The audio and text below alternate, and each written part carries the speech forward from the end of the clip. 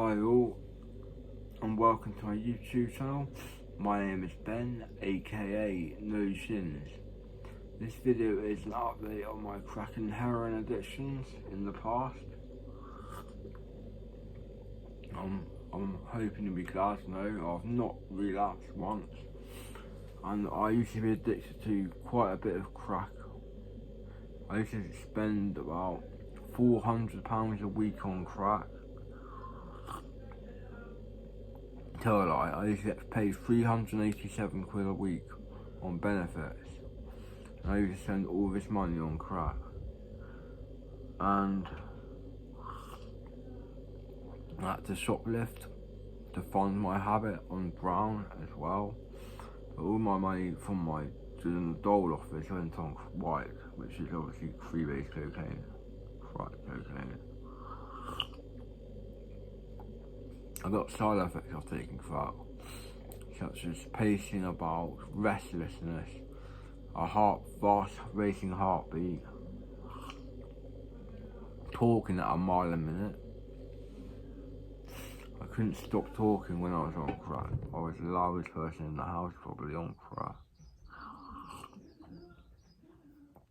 And I'm so glad I've managed to overcome a crack addiction and a heroin addiction.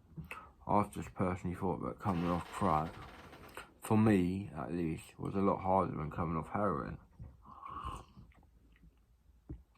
Maybe I didn't do as strong heroin as some other people, but I used to use the same source quite often, and there was times that he got worse stuff in, so I had to go to someone else.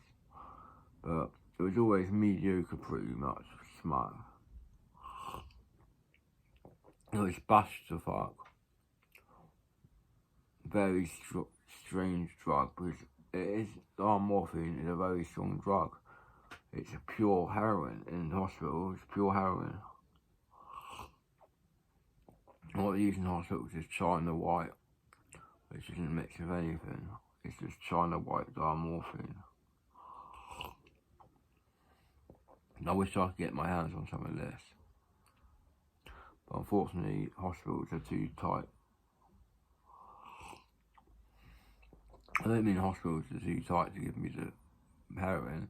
I mean the rules are too tight to allow any heroin to escape from the hospital, from the pharmacy.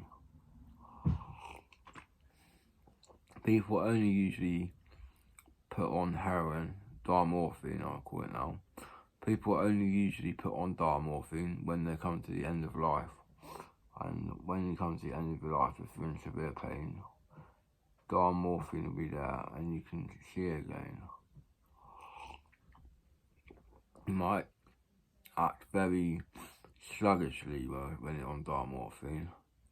It's a downer and it's a very strong downer. It's meant to be a lot stronger than morphine, diamorphine, hence the name. Diamorphine is a lot stronger than standard morphine. I've never been injected with standard morphine before. I've only injected heroin and fentanyl before. Never smoked fentanyl, only pinned it. When I was in Blackpool, I pinned fentanyl and crack at the same time, or cocaine at the same time. It wasn't turning into crack, it was easy. It's easier to do if you just inject cocaine.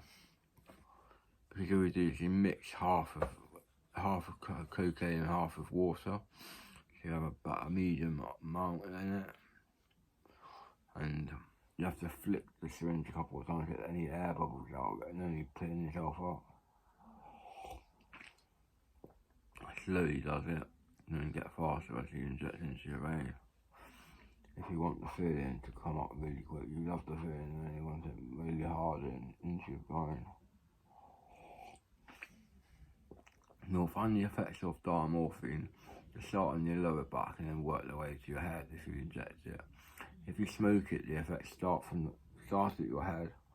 In your brain will feel really warm and lovely feeling in the brain, like most comfortable feeling in the world, and we'll love it.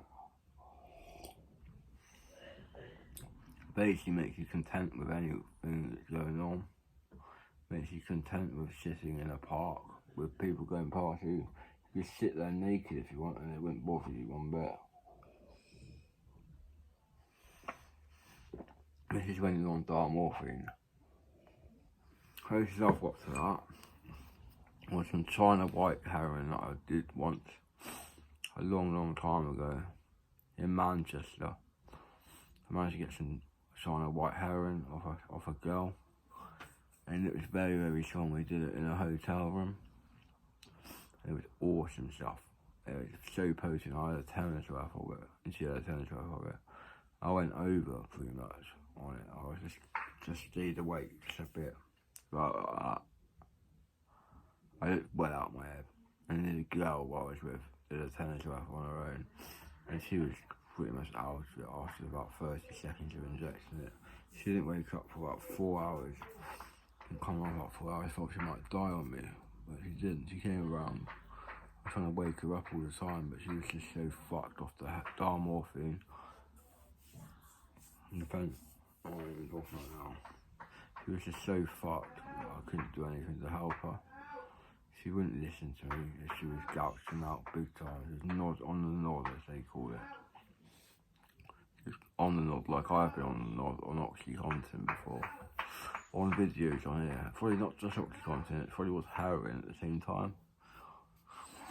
I just write OxyContin to make it sound better. But some certain drugs I don't mention when I do them on here. I haven't smoked weed for about 4 or 5 months. I really want to smoke some weed, but I can't get it in this town. If I saw an Ilfracombe, I could get any drug I wanted. But now I'm in Bude, I don't know anyone. So I don't know how to get heroin or crack or weed, even weed here. It's a town called Bude. It's a very nice town, you know. It's quite a small town, smaller than Ilfracombe even. Bude and Stratton are probably about as big as Ilfracombe, but Bude on its own without Stratton is smaller than Ilfracombe is. Stratton's just towns all onto Bude, but everyone's call it Stratton Bude really. It's all one place, Bude's quite spread out. You've got Dockball down the road, Crackington Haven down the road, Widmouth Bay down the road. Really lush beach at Widmouth Bay, we love it if you go there. I don't live that far away from Widmouth Bay really, but anyway, Bude is such a nice town, I love it here. It's such nice weather, and you can go out anytime you want for a walk around the field behind this house. There's 3 or 4 fields you can go through. Keep walking, you can find another footpath through another field. If you look close enough, you can find footpaths through every field around it, from back on beyond in Bude. If you live just outside town in Bude, outside Bude, town centre. I don't even live in the suburbs of Bude, I live right out in the sticks really. About 3/4 of a mile outside Bude town centre I live. I can still walk into the town, and it takes about half an hour, 20 minutes, half an hour to walk it. It's not mega miles away, but it's still you still really need to drive it. You don't want to walk that again. But it's quite a long way. And it got a bit tedious after a while, and got fed up of walking to get my methadone, so I had lifts after that. It's about 3/4 of a mile, but it's uphill, so I didn't really fancy walking that every day of the week to get my methadone, so I ended up getting a lift in the end. And this sort of my life out, doing methadone, to cover up a heroin addiction, and OxyContin addiction, is probably the better way to go. I was on Subutex before methadone, but I found buprenorphine, aka Subutex or Suboxone, to not work as well. I found that 12 milligrams of Subutex was equal to about 30 or 40 milligrams of methadone. I know for a fact methadone is a lot harder to get off than heroin. That's true.